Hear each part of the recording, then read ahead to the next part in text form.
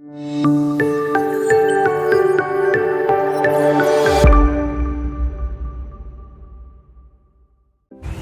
nama saya Pak Arif Hermawan dari kelompok 10 Aquaculture Engineering. Di sini saya akan menjelaskan sedikit tentang alur dari budidaya lele di kawasan Jombang ini. Yang pertama dari pompa sendiri memakai kapasitas 1.200 watt, memakai pipa ukuran 2 dim, lalu dimasukkan ke tandon atau bak penampungan. Oke, dari bak tampung tadi air itu dialirkan ke pipa-pipa ukuran 6 dim untuk menyuplai kolam-kolam ukuran 3x5. Oke, pinnya di sini.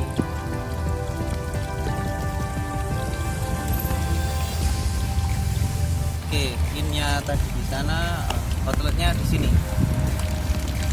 Bagian pembuangan pakai pipa sekitar 4 dim. Adapun di kolam sini itu memakai biosecurity sejenis rumah-rumahan untuk menjaga agar bibit-bibit ikan itu tidak terserang hama seperti kayak jalak udang, elang atau biawak dan ada obat lainnya lah.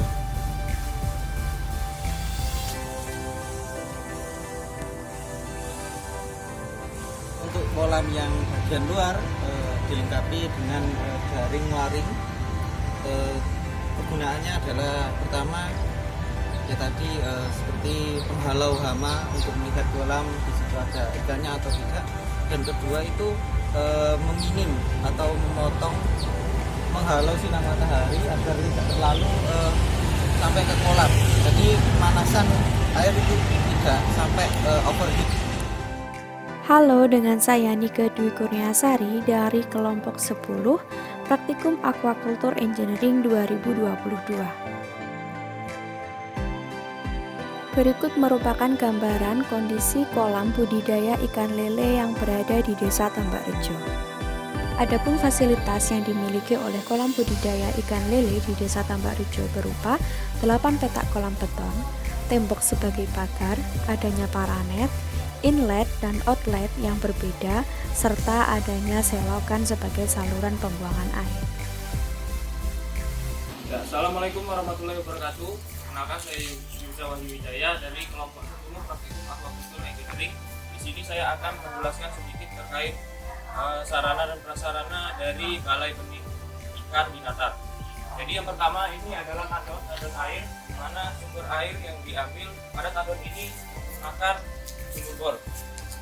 Ya, yang selanjutnya adalah pompa air yang digunakan untuk pompa air tanah menuju dalam tandon. Berikut adalah pompanya.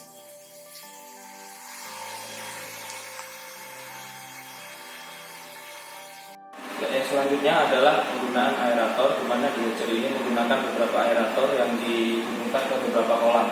Ini merupakan aerator yang digunakan.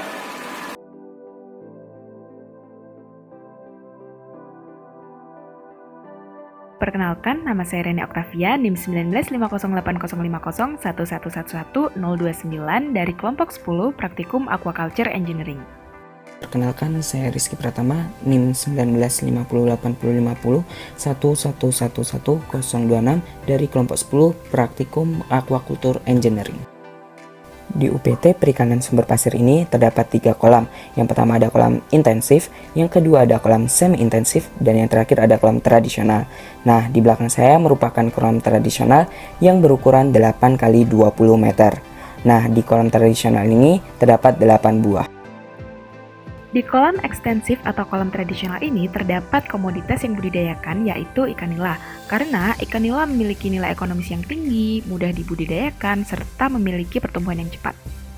Selanjutnya, di sini ada kolam semi intensif, di mana kolam semi intensif di UPT Perikanan Sumber Pasir ini terdapat 8 kolam dengan ukuran 8 x 20 meter. Selanjutnya yaitu ada di kolam semi intensif. Di kolam semi intensif ini ada beberapa komoditas yang dibudidayakan. Salah satunya yaitu ikan nila dan ikan koi. Baik, selanjutnya yaitu ada kolam intensif, di mana di kolam intensif UPT Sumber Pasir ini berukuran 8 kali 4 meter dan terdapat 20 petak. Untuk komoditasnya sendiri di kolam intensif ini yaitu indukan nila. Perkenalkan, nama saya Jupen Robin Mansiagian, NIM 1950 8050 1111021. Saya dari kelompok 10 Praktikum Aquaculture Engineering. Di sini saya akan menjelaskan materi tentang inlet. Inlet merupakan saluran pemasukan air bagi suatu wadah budidaya, baik itu kolam, bak, ataupun tambak. Inlet itu sendiri dapat berupa pipa ataupun pintu air. Nah, untuk bak budidaya yang ada di reproduksi sendiri itu menggunakan pipa dengan diameter 2 inci. Adapun fungsi dari inlet ini sendiri yaitu untuk mengatur debit air yang masuk ke dalam kolam ataupun ke dalam bak. Baik, sekian yang dapat saya jelaskan. Terima kasih. Halo, perkenalkan saya Viananda Salsabila dari kelompok 10 Praktikum Aquaculture Engineering. Di sini saya akan menjelaskan tentang materi outlet pada suatu kolam budidaya, tepatnya di salah satu kolam budidaya di lab reproduksi FPIKUB. Outlet sendiri merupakan pintu pengeluaran air pada kolam yang berfungsi sebagai tempat pengeluaran air baik pada saat air melimpah maupun pada waktu ingin menguras air kolam. Salah satu kolam budidaya di lab reproduksi ini terbuat dari pipa paralon yang dipasang tegak atau vertikal pada bagian belakang tengah kolam budidaya. Halo, perkenalkan nama saya Kris Nanda Isa, NIM 1950 8050 1111044, kelompok 10 Praktikum Aquaculture Engineering angkatan 2019. Di sini saya akan menjelaskan materi biosecurity. Di sini ada atap untuk melindungi segala jenis kolam dan akuarium dari sinar panas matahari. Lalu selanjutnya ada pagar keliling, di mana pagar ini digunakan untuk melindungi segala jenis akuarium dan kolam dari jenis hewan ataupun hama-hama yang akan mengganggu, dan juga dari cuaca seperti angin ataupun hujan. Assalamualaikum warahmatullahi wabarakatuh. Di sini saya Muhammad Amri dari kelompok 10 akan menyampaikan tentang sumber air yang ada di belakang saya. Sumber air merupakan salah satu hal yang sangat penting dalam kegiatan aquaculture. Hal ini dikarenakan air merupakan media hidup dari ikan budidaya atau jenis krustasea yang dibudidayakan. Sumber air pada kegiatan aquaculture dibagi menjadi 3. Yang pertama, sumber air laut. Yang kedua, sumber air payau dari daerah estuari. Lalu yang ketiga, sumber air tawar dari sumur atau sumber air tawar lainnya. Berikut merupakan sumber air payau dari sungai estuari yang dekat dengan muara laut.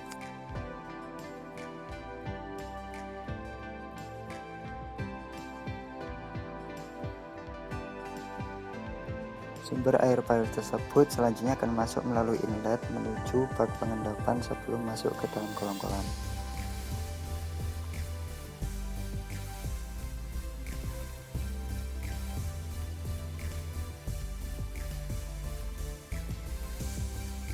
Berikut merupakan bak pengendapan. Bak pengendapan ini berukuran 20 x 10 meter. Bak pengendapan ini berfungsi sebagai sumber air yang telah masuk akan diendapkan dan selanjutnya akan diberi perlakuan berupa pemberian dolomit agar sumber air yang akan masuk dalam kolam budidaya steril dan terbebas dari patogen atau parasit yang lainnya. Pengendapan biasanya dilakukan 1 kali 24 jam sebelum dimasukkan ke dalam kolam. Berikut merupakan kolam pengendapan yang dimiliki.